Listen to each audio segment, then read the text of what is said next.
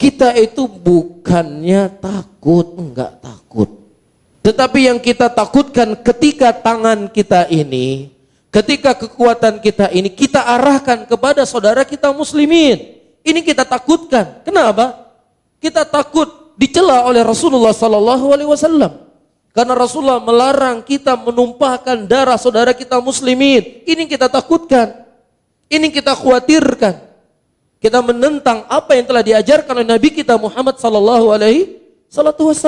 Ya, kalian saudara kami muslimin. Kita sama-sama orang Islam. Sehingga nggak halal darah kami untuk memukul kalian, membunuh kalian. Itu yang kami yakini. Itu yang kita yakini ayyuhal ikhwah. Ya, nah tangan kita ini kita gunakan memerangi orang-orang kafir.